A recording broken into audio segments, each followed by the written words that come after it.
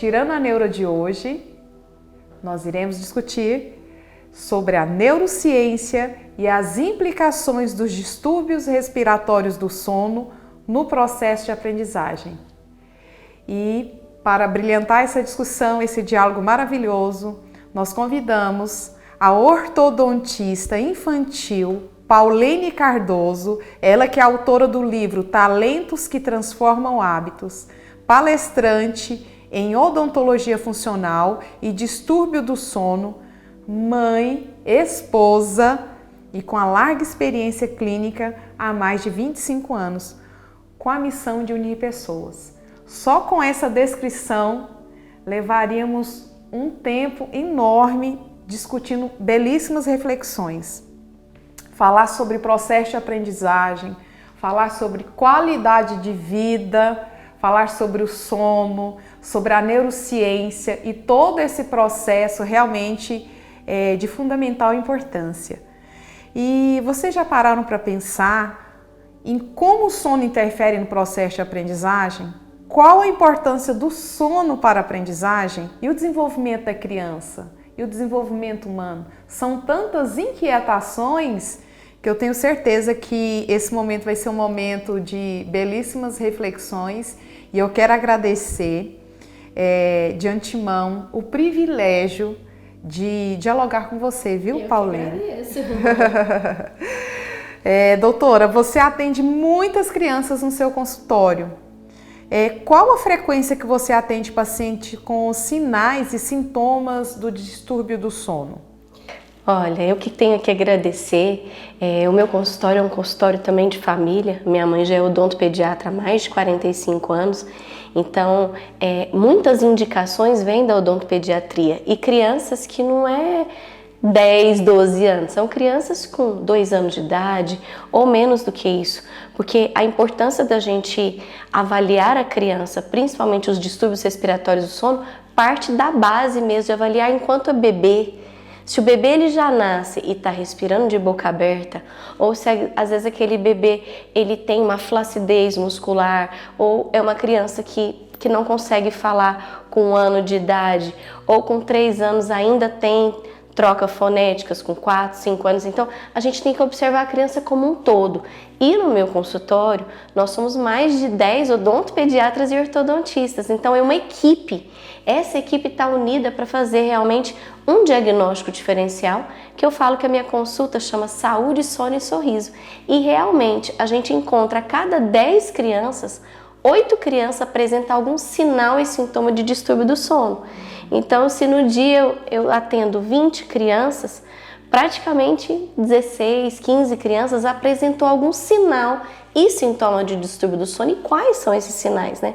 Então, aquela criança que respira pela boca, ou aquela criança que ronca, ou tem associado o bruxismo junto com o ronco, ou aquela criança que ronca e tem apneia, porque o ronco, se a criança ronca mais que 2 vezes por semana, isso é um alerta para os pais. Tem algo errado. Criança respirar pela boca, roncar, ela pode ter uma obstrução respiratória que tem que ser avaliada por um otorrino, um pediatra, um alergista, mas ele tem que ser avaliado pelo dentista, o fonoaudiólogo e até os professores, porque isso vai interferir não só no sono, mas vai interferir no crescimento facial da criança. E no processo de aprendizagem, e principalmente no processo de aprendizagem. Porque uma criança que, o ser humano de uma forma geral, né, que não dorme, não tem um sono reparador, o que acontece? Ele acorda com uma irritabilidade tremenda, o foco, a atenção, o processo de memorização fica prejudicado. Então é preciso ter esse sono reparador para que todo esse processo de ensino e aprendizagem aconteça. Então, imagina você ficar um dia sem dormir, sonolência, não presta atenção naquela atividade que precisa ser executada. E a criança que existe no ambiente, você falou da escola, do professor, tem as questões distratoras, né, no ambiente. Então a criança realmente ela necessita de um sono reparador, uma alimentação adequada, envolve tanta coisa, né? O sono, a alimentação. E você perguntou sobre os sinais e sintomas. Os principais sinais e sintomas têm a ver com a respiração bucal, o ronco. A apneia é uma pausa respiratória. Mas aquela criança que ronca mais que 2 vezes por semana e além disso tem a apneia, que é a pausa respiratória, então ela está roncando, ela vai ter o sono fragmentado. Esse sono fragmentado também pode estar associado a algumas parassômias. Então, por exemplo, aquela criança que tem terror noturno, ou o próprio sonambulismo, ou a síndrome das pernas inquietas, ou aquela criança que simplesmente o sono não é um sono contínuo, ela tem fragmentação desse sono, ela pode realmente ter um cansaço durante o dia. A criança, ela vai ter o quê? A desatenção, a irritabilidade, como você falou, mas esse adulto, essa criança que ronca enquanto pequena, ela tem 30% de chance de ser um adulto roncador. E esse adulto roncador, ele vai ter problemas muito maiores do que isso. Falta uma oxigenação, né? Menor oxigenação cerebral, é um adulto que às vezes ele tem uma sonolência, um cansaço. E quantos adultos também não sabem que teve um déficit de atenção, né? Eles vão descobrir depois, bem depois. Então, tem que resolver isso na infância. Ele tem que ser avaliado, observado, porque muitas vezes eu recebo o paciente, ele fala assim, a mãe com o diagnóstico, ele é TDAH. Será que ele tem realmente todos os pré-requisitos, né, avaliação de TDAH? Ou ele é uma criança que teve respiração bucal, ronco, apneia, e isso está prejudicando o sono dele e o dia a dia? Porque muitas vezes, de um modo geral, as pessoas confundem muito o que é um transtorno do neurodesenvolvimento e que é uma dificuldade, né? Existe uma diferença entre transtorno e dificuldade. Essa falta do sono gera uma dificuldade no processo de aprendizagem. Então não é um transtorno, precisa, é claro, a gente coloca aqui, precisa ser investigado por uma equipe multidisciplinar, né? Existem vários profissionais que debruçam o seu olhar aí para fazer a pesquisa em cada área e juntos nós chegamos em um diagnóstico, né? Vamos dizer assim. Mas avaliar essa criança, você colocou aí desde da educação infantil, né? Nesse processo de desenvolvimento. A criança na primeira infância, tem ali na primeira infância a primeira poda neural, é o primeiro momento de desenvolvimento da criança. Todas as sinapses estão ali entrando em conexão. A criança, ela explora o ambiente, a criança, ela brinca. A criança, ela trabalha muito a articulação da fala, você falou da fala, que é muito importante. Se eu não durmo bem, logicamente eu vou ter sonolência. Se eu tenho sonolência, o meu processo para aprender é um processo fragmentado, né? Há uma ruptura aí. Então é muito interessante essa fala sua, essas dicas, né? Essas orientações, não só para a escola do modo geral, né? Para os envolvidos. E na verdade os professores, eles também observam, né? Quantas crianças eu recebo que usa chupeta, mamadeira, dedos, esses hábitos, eles podem levar à respiração bucal. Não só às obstruções respiratórias, como amígdalas hipertrofiadas ou adenoide, porque isso vai levar com que a criança ela tenha um distúrbio respiratório e que pode afetar o sono. Agora, isso tem que ser resolvido na infância. Por quê? Eu, como ortodontista, minha área é crescimento da face, formação do sorriso, dos maxilares. Isso interfere no crescimento facial. Então, quando eu recebo uma criança com 3 anos, com 4 anos, eu vou esperar para colocar um aparelho com ela com 9, 10 anos de idade, ela está em crescimento. Quando eu falo de aparelho na infância, porque nós temos alguns aparelhos que são usados para um crescimento, melhor crescimento do maxilar, que é o palato, e com esse crescimento, isso pode levar a uma melhora no padrão respiratório e esse padrão respiratório vai ajudar no crescimento da face também. Então tá tudo interligado. Quando eu atuo numa criança que respira pela boca ou que ronca, se eu uso um aparelho por 6 meses, ele tem condição de trazer um crescimento maxilar facial para que ela possa selar o lábio, respirar um novo padrão respiratório e com isso ter um crescimento maxilar que ela possa ter o crescimento facial e com isso ter o menor prejuízo no sono também. Então, esses aparelhos na infância, Eu gosto de trabalhar antes dos 7 anos de idade, mas até 9 anos de idade eu tenho como melhorar a respiração, que influencia na mastigação, numa melhor deglutição, porque a posição da língua fica correta, e até mesmo na fala. Então tá tudo interligado, e eu tenho certeza que quando a gente ajuda uma criança com crescimento maxilar, facial, ela tem uma resposta disso até mesmo na escola. A mãe até fala assim, nossa doutora, ela cresceu a face, isso melhorou a respiração dela, ela não ronca mais, ela já está prestando mais atenção na escola, então isso tem uma interferência também no aprendizado. E nessa fala sua, eu fiquei lembrando muito das crianças, né, os educadores que trabalham muito o processo de alfabetização. A base da alfabetização, a gente tem que trabalhar muito a consciência fonológica, muita articulação. E quando a criança apresenta essa dificuldade, né, da falta do sono adequado, da falta do desenvolvimento, né, quanto mais cedo o tratamento, a intervenção precoce, melhor. Porque trará sim, gente, isso apresenta um prejuízo cognitivo sim. O prejuízo cognitivo, muitas vezes, a gente não observa nesse processo de desenvolvimento dessa primeira infância. Como a Pauline citou aqui, né? Esse desenvolvimento da primeira infância. Então é super importante, porque a alfabetização, a gente trabalha, como eu disse agora, essa consciência fonológica, essa articulação. Então, se eu não sei, se eu não movimento essa língua de maneira adequada, no palato, né, o movimento dos lábios, eu não saberei, essa criança não irá adquirir esse processo de aquisição da língua, a consciência fonológica. Então é muito sério. E essa criança também tem muitas características, por exemplo, respirador bucal. Como que a gente identifica, né?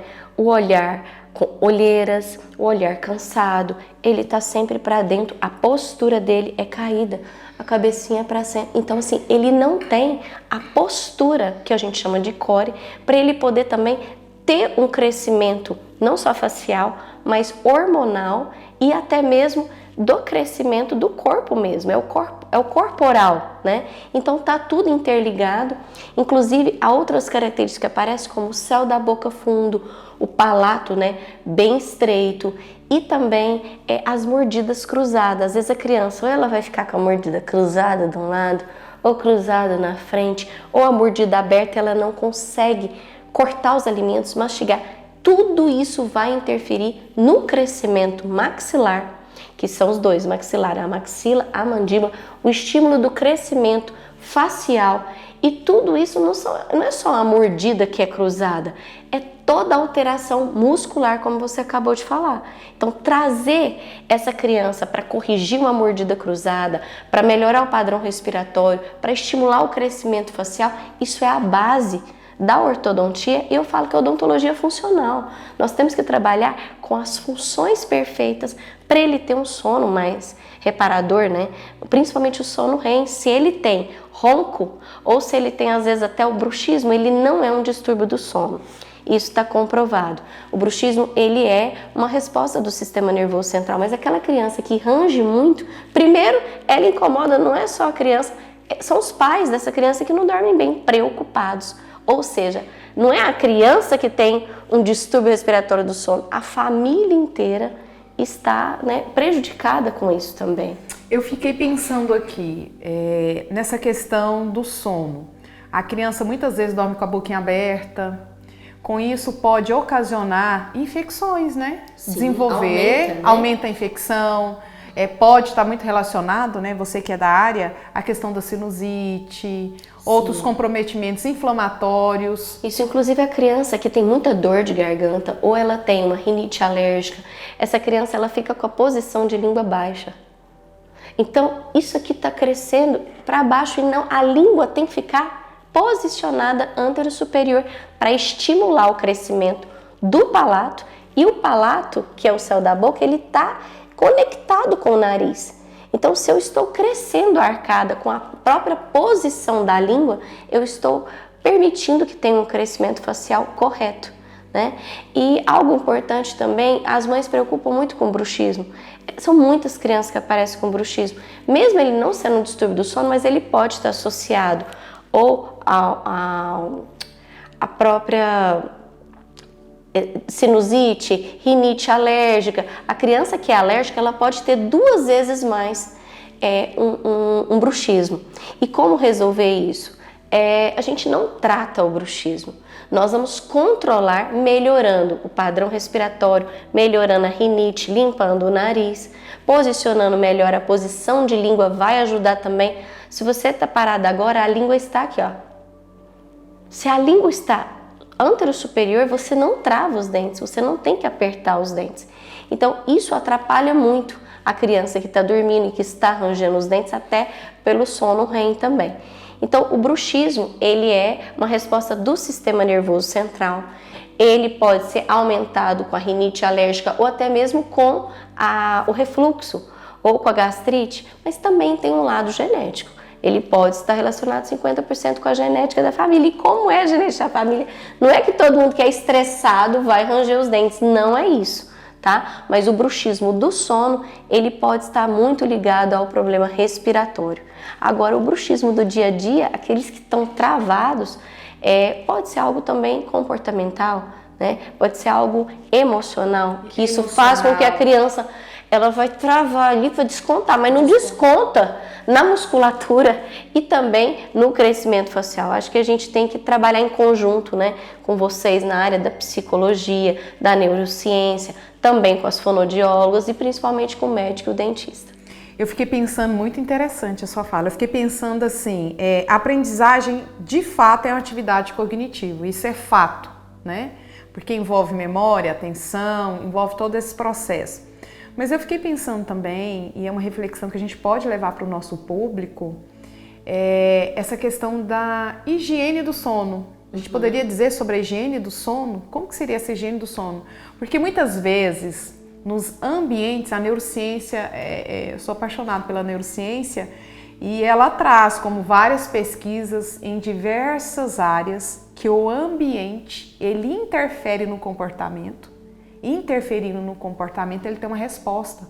E essa resposta vai gerar, né, uma ação diante daquela situação. A gente está falando do sono, mas eu fico pensando, as famílias, muitas vezes nos quartos existem, né, televisão, computador, muitos estímulos visuais.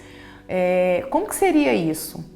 A questão dessa higiene do sono, um sono adequado, como que as famílias, de um modo geral, poderiam contribuir para esse sono mais tranquilo? A higiene do sono, ela parte do princípio da respiração. Então, tem que limpar o nariz de 3 vezes a 4 vezes por dia. Só quando ele está gripado? Não. Limpar o nariz é uma atitude como escovar os dentes. Inclusive, eu falo assim, escovar e já limpar o nariz. Porque você tem uma rotina de manhã, na hora do almoço e à noite. Não é sempre que as mães conseguem, mas limpar o nariz à base 3 vezes por dia. Também a questão do higiene do sono é o ambiente onde a gente pode escolher, não é só a aromoterapia, mas a cama arrumada, as luzes, evitar os celulares após as 7 ou 8 horas, ou não ficar muito tempo ali no celular, porque isso vai interferir também. Mas eu gosto muito de trabalhar com os banhos. Então, o banho de camomila ou a própria lavanda, onde você pode passar aromaterapia debaixo do travesseiro. Existem alguns trabalhos também, algumas pessoas trabalham com físico-quântica, onde usa o nutrissono e até mesmo assim o aquietar da mente. Então, você lembrar à noite como foi bom o seu dia, como você está agradecida daquele sono. Então, a gratidão, ela vem também algo que vai melhorar esse sono para você não ficar agitada pensando o que eu vou fazer amanhã e o que aconteceu. Então, você pode ir revendo o que aconteceu no seu dia, agradecendo tudo que você fez para o cérebro ir devagarinho se aquietando. E tem que olhar o travesseiro, tem que olhar a forma que a criança está dormindo, até o ambiente, né? Tudo isso está relacionado. Eu gosto da aromaterapia, mas gosto também dos banhos, até o estímulo, né, de limpeza do nariz, quando você faz isso daqui, ó, você está abrindo as vias aéreas, né? E trazendo mais a elevar a sua imunidade. A imunidade tem a ver com o sono, com o sorriso, com a felicidade. Então, trazer isso, eu acho que a higiene do sono, ela tem a ver com a higiene também emocional, né? E o que você me fala de higiene emocional? Com certeza, a higiene emocional é isso que você colocou aí. Trazer um ambiente reparador, um ambiente acolhedor. O ambiente ele conversa, né, com o corpo. O ambiente ele conversa com a nossa saúde. Então, quando você fala do bruxismo, quando você fala do não sono reparador, da inquietude, o que o ser humano precisa? Ele precisa, no seu dia a dia, adquirir bons hábitos. Eu gosto muito da meditação, eu gosto muito da yoga, eu gosto muito dos sons binaurais, de um som mais tranquilo. Vai do gosto de cada um, porque muitas vezes quando eu tenho uma pessoa que ela gosta de uma música mais agitada, será que essa música mais agitada seria a música mais adequada para dormir? Porque senão eu coloco o meu cérebro muito acelerado, o pensamento muito acelerado. E foi o que você falou. Então essa parte emocional, essa parte de aquisição, é todo um contexto de uma rotina, de um sono adequado, de uma tranquilidade se faz necessário.